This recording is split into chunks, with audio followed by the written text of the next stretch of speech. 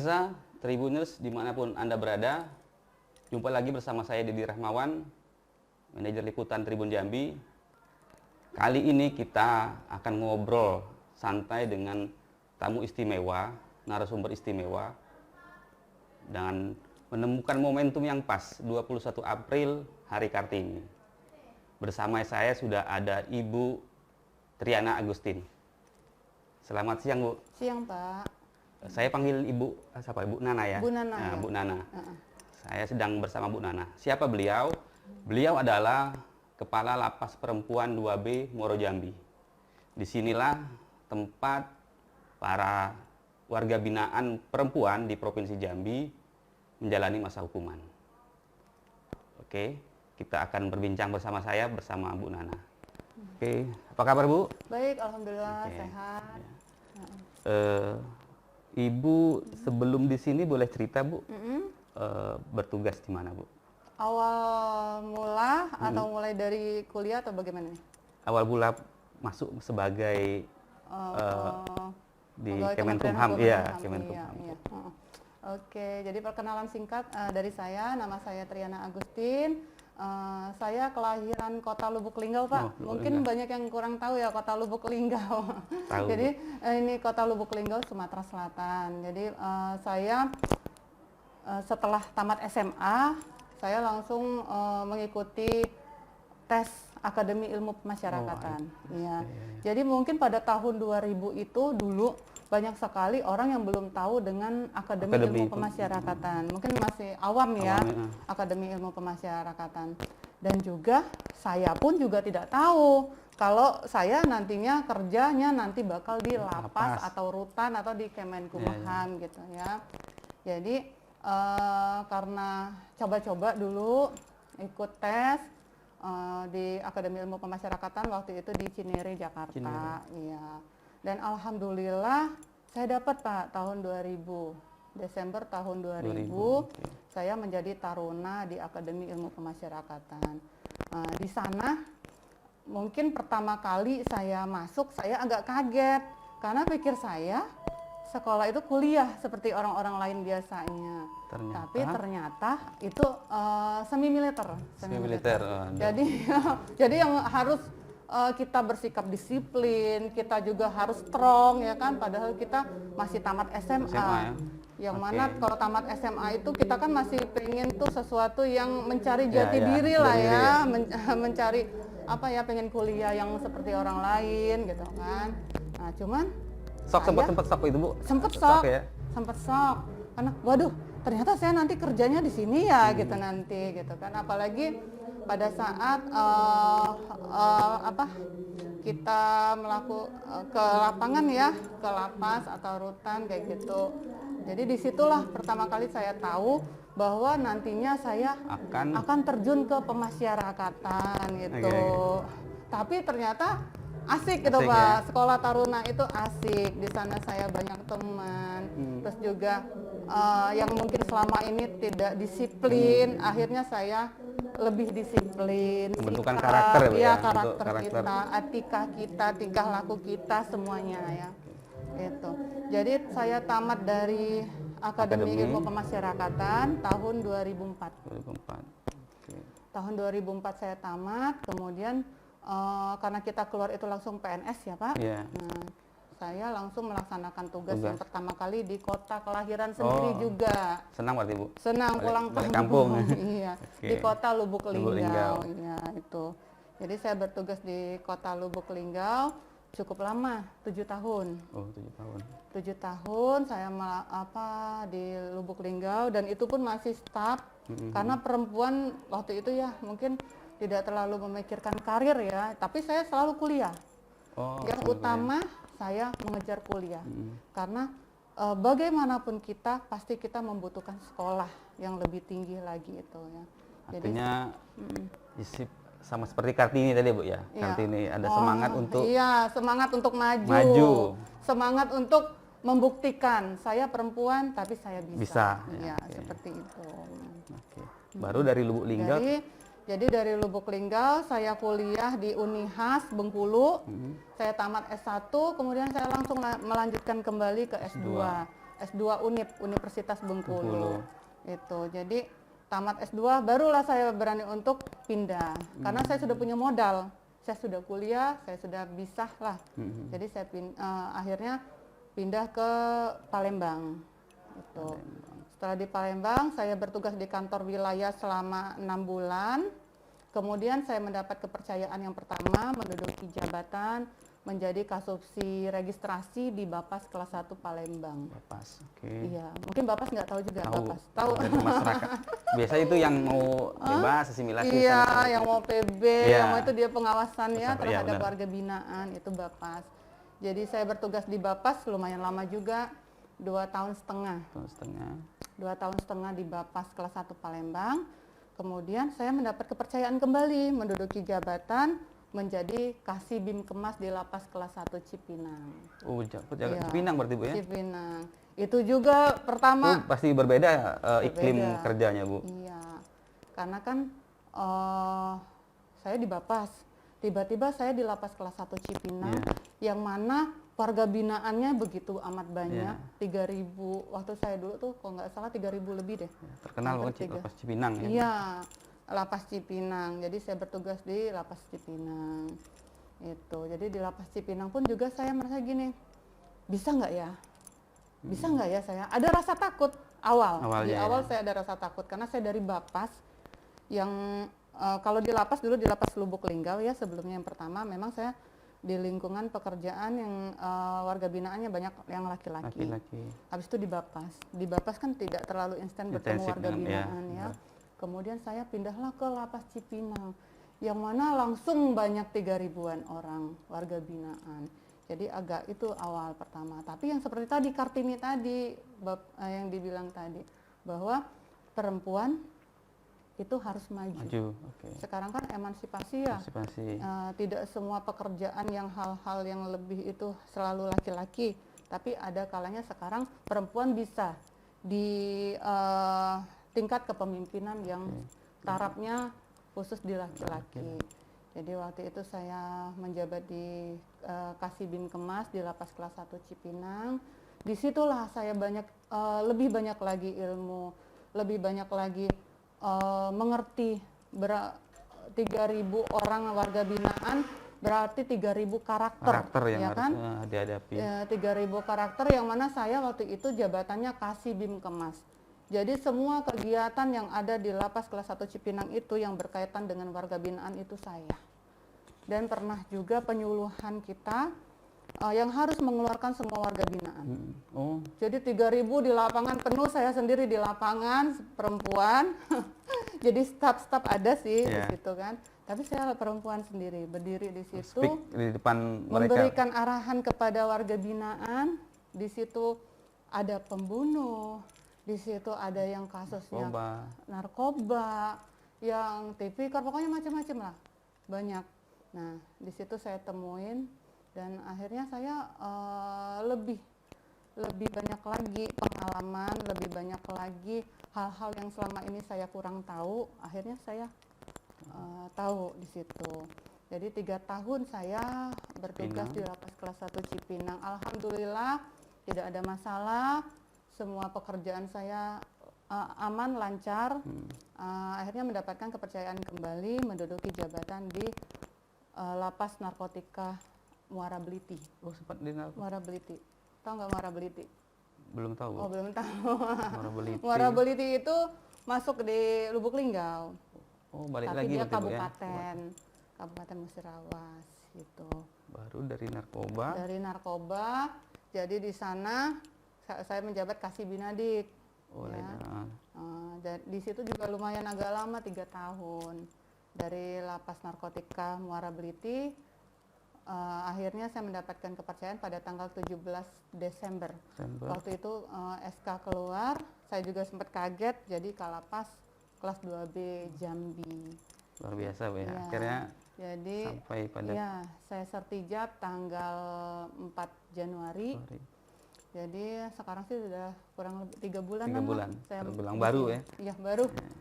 Datang baru warga Jambi ya. Iya. Tribunnews. Apa nama kotanya nih Jambi nih? Apa ya istilahnya ya? Tanah Pura. Jambi Kota Beradat. Oh, Jambi Kota Bisa. Beradat ya. Oh iya.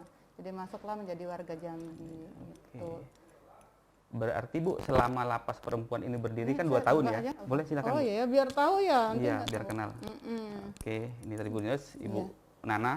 Jadi selama 2 tahun lapas ini berdiri, Ibu berarti kepala yang keberapa Bu ya? Kedua. Oh, kedua. Kedua, iya. Oke. Jadi yang pertama namanya juga mirip saya, makanya dibilang seperti adik kakak. Jadi yang pertama itu Ibu Susana Tri Agustin. Oh, Dan yang menggantikan Bu Susana Triana Triana Agustin Agustin. itu. Oh, ini Jadi mirip kata memang. orang tuh kakak adik, kebetulan gitu. salah ketik nanti ya Mas. Iya. Oke, Bu, ini lapas perempuan. Apa yang membedakan dengan lapas umumnya ya, yang dominan biasanya laki-laki? Apa sih Bu? Iya, kalau pada dasarnya namanya lapas kan tempat pembinaan ya, tempat pembinaan warga binaan pemasyarakatan pada umumnya sama, tapi ini khusus perempuan. Perempuan. Jadi di sini semuanya penghuninya perempuan. Iya, kalau masalah pembinaan dan segala macamnya itu sama gitu. Oke. Tapi karena khusus gitu. Oke. Kita kalau saya baca itu kalau 160-an Bu ya, warga binaan. 167. 167 dari kapasitas berapa Bu? Kapasitas ini masih mencukupi Mencukupi ya? kapasitasnya. Oke, biasa kan Tidak over kapasitas. nggak over ya. Biasa kan PR salah Ya, satu lapas memang over iya. kapasitas itu. Oke. Kecuali kalau banyak lagi yang masuk. Ya. Jadi bisa tuh over kapasitas. Over kapasitas. Dari 167 itu kasus apa yang paling banyak Bu? 70% narkoba. Narkoba tetap Bu ya. Di mana narkoba. Rata-rata narkoba, baik itu kurir, tapi rata-rata kurir ya Kurir, di sini. Jadi kalau perempuan itu seringkali ya, di sini juga banyak yang orang tua. Orang tua jadi dijadikan kurir. Kurir. Sekarang itu kan untuk membuat mengecohkan Petugas, aparat ya. petugas. Jadi kurir itu biasanya tuh orang-orang tua ataupun anak-anak ABG Ya, modus seperti itu. Berarti termasuk kurir yang kebetulan waktu itu Iya. yang tangkapan besar itu Bu ya di Muaro Jambi itu Iya, ya. mungkin iya. Perumahan mewah sebenarnya 20 kilo kalau nggak salah. Jadi kalau kurir itu dia upahnya tidak seberapa ya. Jadi dia cuma disuruh mengantarkan dan terkadang pun dari mereka tidak tahu apa yang diantar. Yang penting dapat upah. Iya. Upah hanya 50.000, 100.000. Ya namanya orang karena kebutuhan Kebutuhan. ekonomi ya. Akhirnya ya sudah mereka cuma ngantar. Mereka tidak tahu apa itu. Tapi karena ini adalah barang terlarang, mau tidak Mau mau tetap itu harus. tetap harus menjalankan pidananya. Lalu narkoba 70% di bawahnya apa Bu? Setelah kasus narkoba, pembunuhan ada Bu ya? Pembunuhan. Pembunuhan seumur hidup. Seumur hidup ya yang di kejadian kabupaten Di mana ya itu? di Tebo kalau nggak salah Bu. Yang oh, di sini Bu ya. Di sini pembunuhan. Mudah-mudahan nanti bisa dapat izin bisa ngobrol bareng dengan warga binaan yang bersangkutan Bu. Lalu Bu setelah narkoba pembunuhan, pencurian seringan. Iya, perkelahian ya biasa kayak gitu ya. Oke. KDRT keluarga misalnya kayak gitu kan. Seperti itulah kriminal. Kriminal. Ada juga yang Tipikor ada Bu ya? Oke, tipikor. Oke, Bu. Apa program Ibu di lapas ini Bu? program di lapas ini alhamdulillah ya di lapas ini semuanya sudah berjalan. Tapi saya lihat di sini belum ada sekolah ya. Sekolah paket A, paket B, paket belum C masuk itu kejar belum paket. ada. Oke. Ya, jadi itu sekarang saya sedang ingin bekerja sama dengan PKBM Ya. untuk supaya di sini bisa dilaksanakannya PKBM itu. Jadi anak-anak yang putus sekolah, warga binaan kami yang putus sekolah bisa melanjutkan di sini. Gitu. Banyak komposisi Bu ya? Ada yang usia, artinya usia-usia sekolah yang menjadi warga binaan kita Bisa banyak ada. Bu ya? Dan untuk paket A, paket B ataupun paket C itu tidak mesti orang kenal harus usia, benar, muda iya. ya. Orang tua pun bisa. Jadi gitu. Jadi tinggal kita mendata siapa yang yang belum tamat sekolah, misalnya hanya batas SD, berarti dia ke paket A. Misalnya dia belum tamat SMP ke paket B. Nanti kita akan data, terus kita menjalankan kegiatan sekolah jarak jauh itu di sini kayak gitu. Gitu. Jadi kalau misalnya mereka bebas dari sini sudah bawa ijazah itu tujuannya. Supaya, Itu dari segi akademik Bu. Kalau untuk skill Bu gimana Bu? Skill keterampilan para warga binaan Bu? keterampilan. Iya. Jadi kami di sini banyak kerjasamanya. Kalau apalagi kalau kegiatannya mas-masnya misalnya datang ke lapas itu sebelum puasa ya. Kalau puasa ini kan kita agak mengurangi. Iya. Kalau sebelum puasa itu semuanya aktivitas tiap hari itu ada. Jadi yang dari menjahit, ya kita ada juga kegiatan perikanan, peternakan, perkebunan itu. Terus kita ada membuat batik, tata boga. Itu juga ada. Kita kerjasama dengan BLK, ya. Bapeltan dan juga IWAPI. Kita kerjasama juga itu banyak jadi. Dari sekian banyak keterampilan tadi, yang menurut Ibu paling berhasil lah, yang menjadi idola ataupun favorit. Iya. Dalam artian mungkin ada produknya, sudah keluar gitu, apa Bu? Iya. Kalau itu batik sama konveksi. Batik. Batiknya batik. Batik tulis. Oh, batik tulis malah. Batik tulis. Jadi kita di sini bisa, warga binaan kita bisa memproduksi batik tulis. Jadi itu juga kerjasama kita dengan Pertamina ya, CSR. Oh, CSR Pertamina. CSR dari Pertamina. Terus kita juga kerjasama dengan instansi terkait juga untuk pelatihan batik. Nah, itu pelatihan batik. Jadi di sini bisa membuat batik tulis. Batik cap juga, batik cap baru belajar mereka. Nah, tapi yang sudah lama itu batik tulis itu. Terus juga semua warga binaan sekantor wilayah Jambi, baju warga binaan itu dari lapas Tebo, lapas Sarolangun, lapas mana? Kelinci, Rutan Kelinci, lapas Bulen, pokoknya semua lapas lah. Ya. Nah, itu semuanya diproduksi di sini. Oh, di sini Bu? Iya, baju kaos warga binaannya diproduksi di lapas perempuan Jambi ini. Gitu. Jadi ada sekitar 5.000 piece baju kaos. Kita jahit di sini, kita sablon di sini. Nah, semua itu dilaksanakan di sini dan alhamdulillah hasilnya juga sudah banyak yang selesai ya. Beberapa UPT sudah ada yang selesai, tinggal sisanya lagi beberapa. Nanti kayak yang hijau-hijau tadi Bu ya? Itu salah jadi baju-baju kaos gitu ya. Sablonnya juga di sini, itunya. Tribunnews ternyata dari balik pagar tinggi ini terlepas bahwa penghuninya memiliki masalah hukum, juga ternyata dibina dan mereka produktif. Iya. Bu. Jadi istilahnya seperti ini. Di tempat yang terbatas tapi kita bisa berkarya. Kan bisa dilihat lapas perempuan Jambi. Baru berdiri 2 tahun. Mungkin fasilitas dan tempatnya tidak memadai, belum cukup. Nah, tapi kami tetap bisa berkarya. Warga binaan kami semuanya mempunyai kegiatan itu. Bu, kalau tantangan terberat menjadi kalapas itu apa Bu menurut Ibu? Tantangan. Iya. Kalau ini kan saya pertama ya di kalapas perdana debut ya. Selama 3 bulan saya di sini, alhamdulillah saya tidak belum ada tantangan yang sangat berarti ya bagi saya.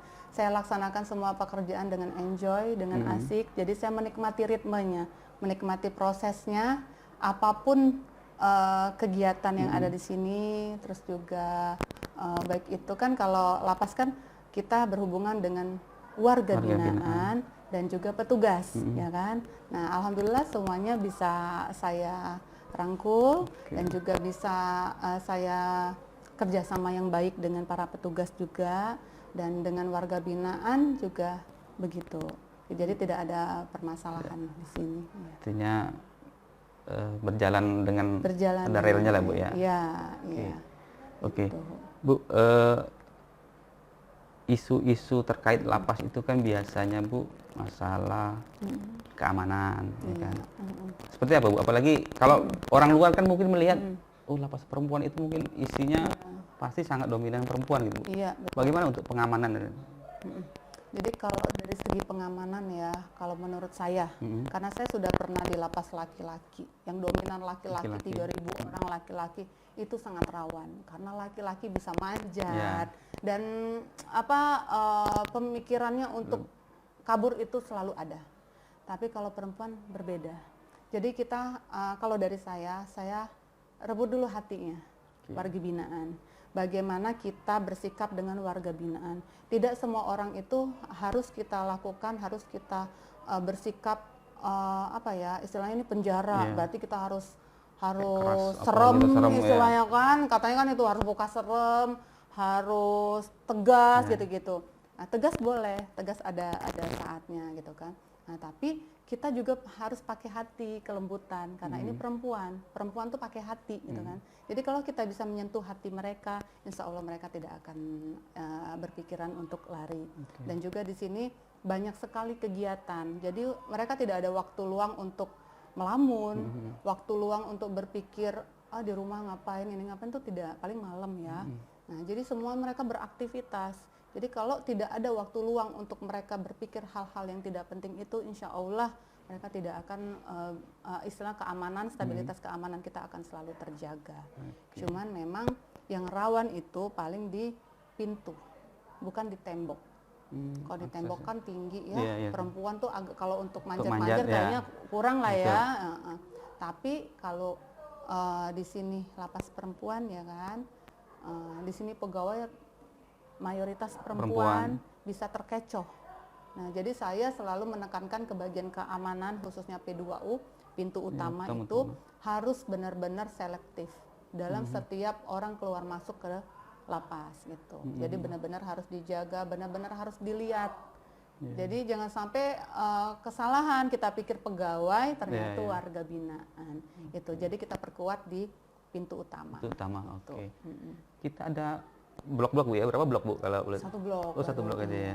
Baru Oke, satu blok. Jadi dalam satu blok itu ada 167 warga binaan. Ya.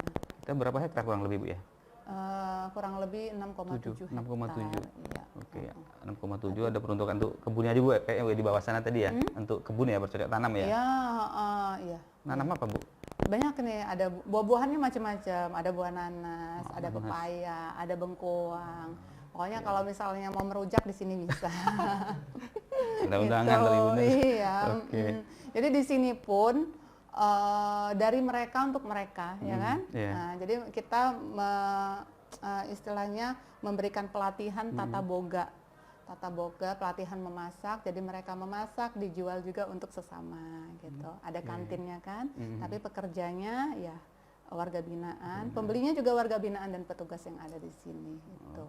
Jadi makanannya enak-enak, lapas perempuan. Promosi. Iya.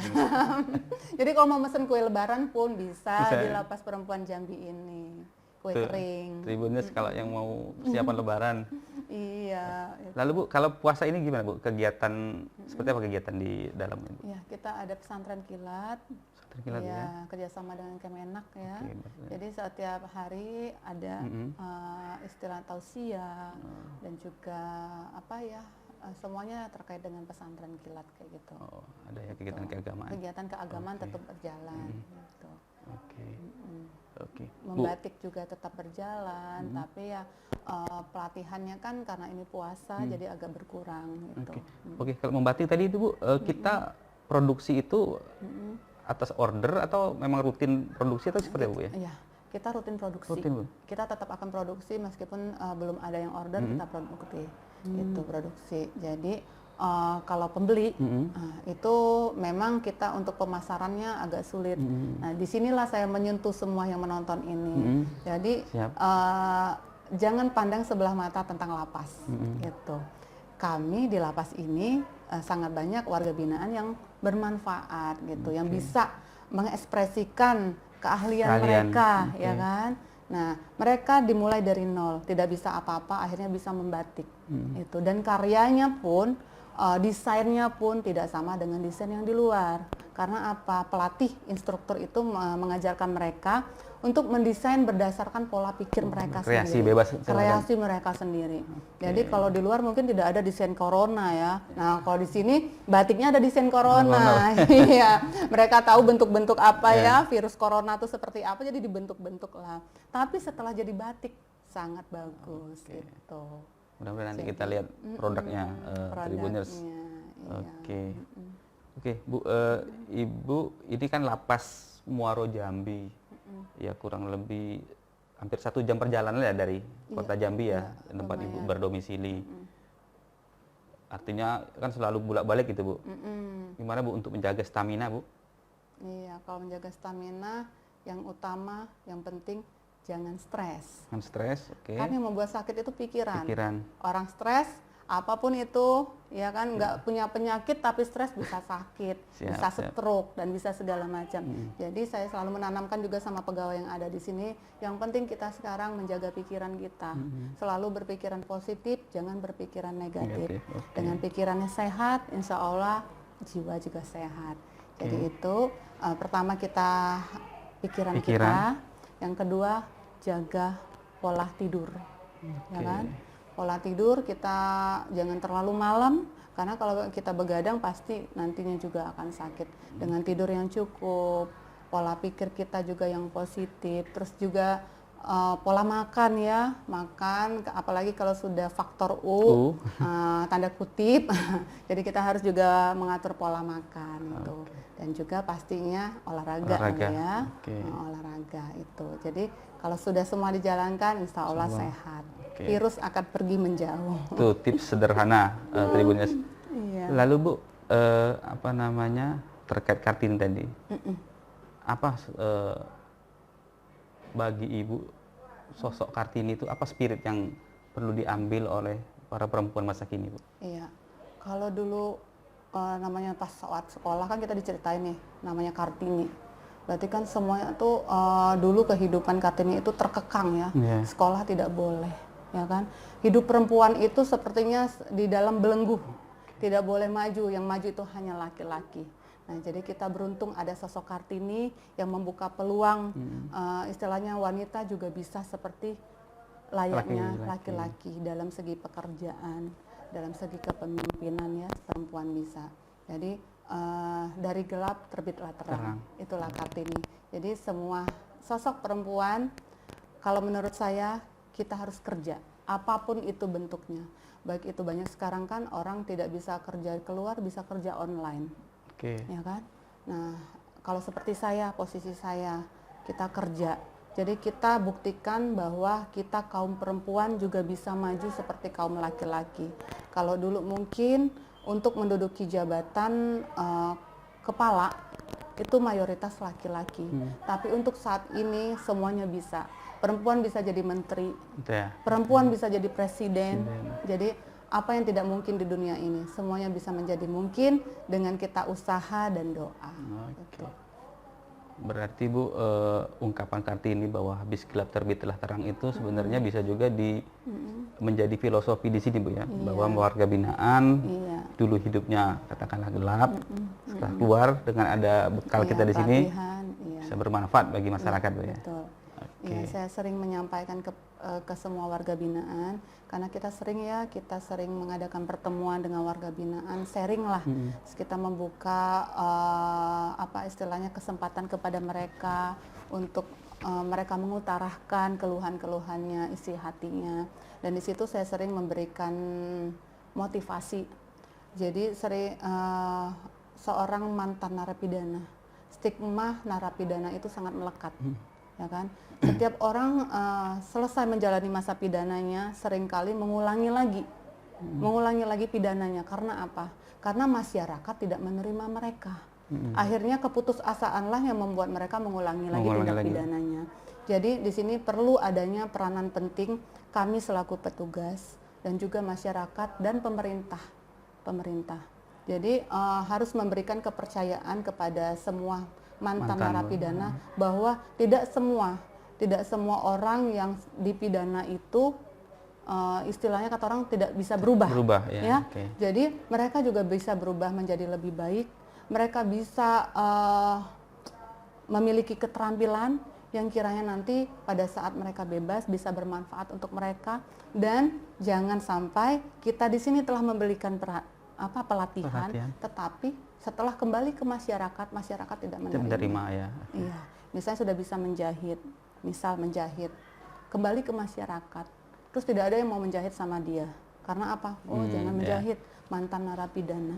Nah, jadi kita hilangkanlah stigma itu. Stigma narapidana itu saya harap masyarakat bisa menghilangkan, karena mereka juga manusia. Setiap orang itu tidak ada yang sempurna. Semua orang pasti ada kesalahan.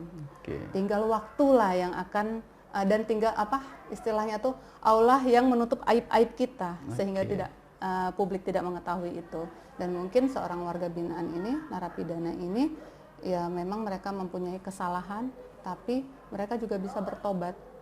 Mereka bisa bertobat, mereka bisa berperilaku yang baik, dan insya Allah keluar dari lapas ini mereka bisa menjadi sosok manusia yang bermanfaat. Oke Bu, kita sudah masuk segmen-segmen akhir, mungkin 2 pertanyaan terakhir. Ya. Ketika disebut Jambi Bu, apa sih yang terlintas di pikiran Ibu? Saya taunya Jambi itu kota angsa ya. Angsa Dua. Angsa Dua. Jadi saya kurang pahamnya Jambi karena saya dari dulu itu cuman zaman sekolah, zaman SMP saya menginjak Jambi, sudah berapa puluh tahun, akhirnya saya kembali lagi ke sini. Tapi saya merasa Jambi ini seperti kota kelahiran saya. Kenapa sama begitu, Bu? Seperti Sumatera Selatan ya, ada pempek di Ya, sana. hampir sama lah Bu ya. Iya, ya. saya mau makan pempek ada, saya mau makan pindang di sini juga ada. Ya, pindang. Jadi saya seperti tinggal di kampung halaman sendiri. Bahasa pun kurang lebih sama lah Bu ya. Sama, kurang lebih sama. Oke. Terakhir Bu, mungkin apa pesan-pesan Ibu untuk Tribuners yang sedang menyimak acara ini Bu? Silakan, Bu. Iya, saya berharap yang seperti tadi saya sampaikan, masyarakat khususnya kaum perempuan, karena ini menyambut Kartini ya, khususnya kaum perempuan, jangan pernah ada kata mundur. Kita harus maju terus, jangan pernah menyerah. Insya Allah kalau kita punya niat yang baik, punya usaha, punya doa, insya Allah kita bisa menjadi orang yang berguna. Oke, terima kasih Bu Nana atas perbincangan siang kali ini. Oke Tribuners, demikianlah perbincangan singkat saya dengan Bu Nana, Kalapas Perempuan Muaro Jambi. Semoga di momen Hari Kartini ini, di bulan April ini, perbincangan ini bisa menginspirasi kita semua, terlebih kaum hawa. Saya Dedi Rahmawan undur diri. Assalamualaikum warahmatullahi wabarakatuh.